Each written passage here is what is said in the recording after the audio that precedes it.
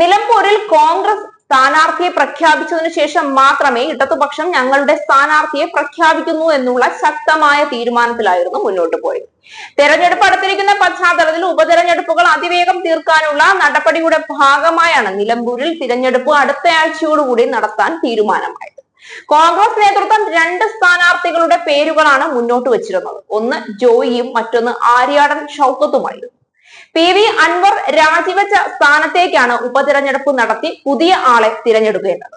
PV Anwar ഇടതുചായ്വിൽ നിന്ന് വലതുപക്ഷത്തേക്ക് ചാടിയ സ്ഥിതിക്ക് അൻവറിന് കൂടി സ്വീകാര്യനായ ജോയിയെ തന്നെ അസ്ഥാനത്തേക്ക് പരിഗണിക്കണം എന്നുള്ള ആവശ്യവും അൻവർ മുന്നോട്ട് വെച്ചിരുന്നു.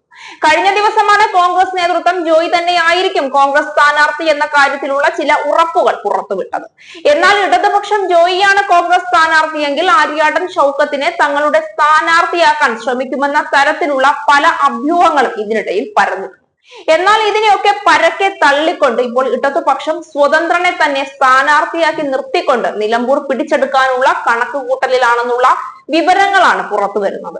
സ്വതന്ത്രനെ പരീക്ഷിക്കാനുള്ള തീരുമാനം ഉപേക്ഷിച്ചിട്ടില്ല എന്ന് നേരത്തെ തന്നെ ജില്ലാ സെക്രട്ടറിയായ BP അനിൽ മാധ്യമങ്ങളെ അറിയിച്ചിരുന്നു.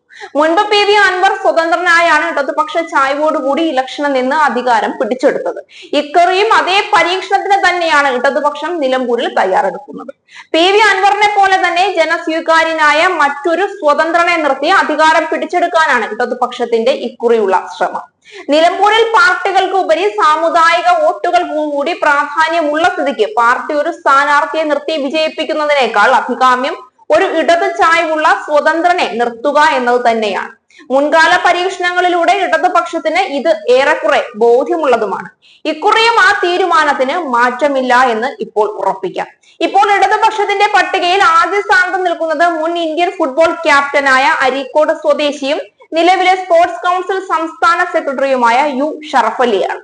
അതോടൊപ്പം തന്നെ 2011 നിലമ്പൂരിൽ മത്സരിച്ച പ്രൊഫസർ തോമസ് മാത്യുവിനെയും ഇടതുപക്ഷം പരിഗണിക്കുമെന്ന അഭ്യൂഹങ്ങൾ ഉയർന്നു കേൾക്കുന്നുണ്ട്. തോമസ് മാത്യു മുൻകാല KPCC അംഗമായിരുന്നു. എന്നാൽ ആര്യാടൻ മുഹമ്മദുമായുള്ള അഭിപ്രായ ഭിന്നതയെ തുടർന്നാണ് ആദ്യമായി ഇദ്ദേഹം നിലമ്പൂരിൽ സ്വതന്ത്രനായി മത്സരിക്കുന്നത്. അത്തരത്തിൽ കോൺഗ്രസിൽ നിന്ന് തന്നെ വേർപെട്ടു മാറിയ ഒരാളെ തന്നെ ഇടതു സ്വതന്ത്രനായി മത്സരിപ്പിക്കാനുള്ള ശ്രമങ്ങളും അണിയറയിൽ നടക്കുന്നുണ്ട്. 2011 കേവലം 5000 വോട്ടുകൾക്ക് പിന്നിലായി എങ്കിലും ആര്യാടൻ മുഹമ്മദിന് ശക്തനായ എതിരാളി തന്നെയായിരുന്നു തോമസ് മാത്യു. ഇതൊക്കെ തന്നെയാണെങ്കിലും UDF സ്ഥാനാർത്ഥിയെ പ്രഖ്യാപിച്ചാൽ മാത്രമേ ഇടതുപക്ഷം തങ്ങളുടെ കരുത്തനായ സ്ഥാനാർത്ഥിയെ രംഗത്തിറക്കൂ എന്ന കാര്യം ഉറപ്പാണ്.